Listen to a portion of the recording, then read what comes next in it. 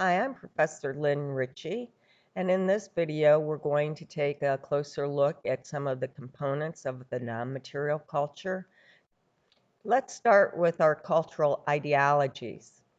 We've already discovered that culture is the totality of the patterns that are found in a society as it meets its necessary survival needs. We were able to distinguish between the material, our physical artifacts, and our non-material culture, our norms, our sanctions, our values, and our cultural ideologies. Our cultural ideologies help us explain our physical and social worlds. They are a series of beliefs that support the social structure, and they are determined by groups and organizations, and our cultural ideologies will also justify our values and norms. Although we cannot explore all of the ideologies that are available to us, we can at least begin to get a sense of what we mean and how complex these ideologies are in terms of providing us ways in which we're going to complete the task of our societies. Let's look at three different types of ideologies: economic ideologies, political ideologies, and religious ideologies, just very quickly, and know that these go much deeper in terms of explaining our social and physical world and providing us appropriate and inappropriate behaviors. What are we being told about the best ways to complete the task for societal survival? Let's start with the economic task. We know that societies have to produce, distribute, and we have to consume goods and services. What are we told about the best ways to complete this task or these tasks? There's three general economic ideologies that are recognized in the world. The first is capitalism, the second is socialism, and the third is a mixed economy, which is combinations of both capitalism and socialism. In capitalism, we see private ownership of the means of production. In socialism, we see the public ownership of the means of production. And in our mixed economies, we see both private and public ownership of the means of productions. The goal in capitalism is wealth accumulation. The goal in socialism is social welfare. And in the mixed economy, both wealth and social welfare are important, are goals. In capitalism, we see limited government involvement. In socialism, we see high government involvement.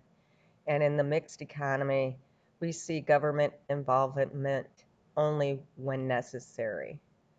Capitalistic societies tend to see more exploitation of labor. Socialism, they attempt to prevent this exploitation. And with the mixed economy, the public sector focus is on social welfare.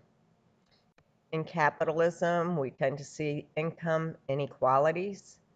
In socialism, the goal is to reduce those income inequalities and achieve income equality. And in the mixed economy, we see a little bit less income inequality. There's also some associated economic ideologies like consumerism that promotes the acquisitions of goods and services, and the thinking is that more is better. And we've also seen egalitarianism, where people are all equal and deserve the same economic, social, and political rights. Advocates here are advocating for the removal of economic inequalities. Let's turn to our political ideologies and some politically oriented tasks. One of the first questions that we might ask is, who makes the rules? And there's various ideologies in terms of who determines this. We have autocracies, and this is where social and political power is given to one individual. There is little to no external constraints on their decisions. We have democracy, and this is where the people elect officials, and the officials are constrained by the will of the people. We can have a theocracy, and this is where social and political power is determined by the religious elites. Or we can also have an oligarchy, and this is where social and political power is given to a small number of people. It could be nobility, it could be related to family ties, wealth, or education. Another political task that we can ask about is who enforces the rules. And we can see two ideologies here: the rule of man. The rule of man is governed by absolute decisions of the ruler.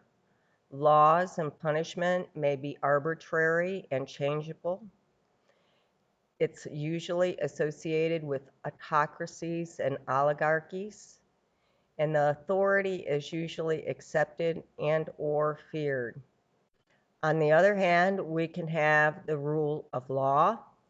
In this ideology, there is the thought of the superiority of the law. There's separation of the powers, and the law is seen to be known and predictable. There's equal application. The laws are seen as just. People have access to justice and the right to participate. And a third political task is how we protect our citizens from internal and external threats. And we can look at three ideologies here. First, we have status quo. This is an ideology where we see the protection and maintenance of the existing power positions. The focus is on peace, international law, and relations. A second ideology is imperialism, and this is where we alter the status quo. We see a superior morality or a natural law agenda. We want to expand national power and territory, and we are looking for economic, strategic, or political gains.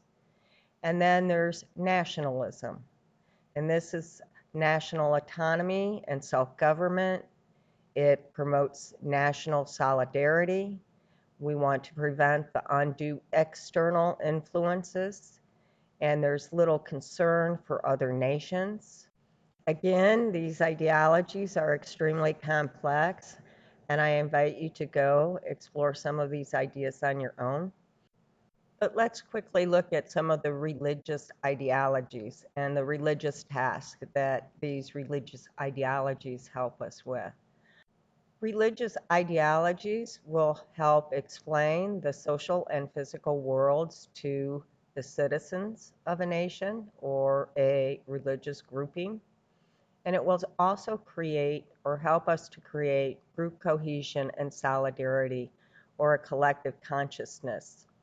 I'm going to just briefly show you the 5 top religious ideologies based on the number of adherents, people that identify with these religious ideologies. The first is Christianity, and I've added some of their elements there. Islam. The third largest is the irreligion or non-religion. This is an absence, a rejection, or an indifference of religion. And I've added some of the different types of non-religions or irreligions belief system. The fourth is Hinduism, and the last is Buddhism. These religious ideologies are more comprehensive in offering guidance in our daily task, the do's and the don'ts and the norms. This might include dietary customs and specification about the roles of males and females in society. And we're going to return to some of these ideas, but it's very important that if you're traveling, it wouldn't hurt to understand or explore a little bit more the dominant religious ideology of that particular society. Okay, next up, we're going to take a look at values, and we'll see how values help motivate our behavior. Okay, I'll see you soon.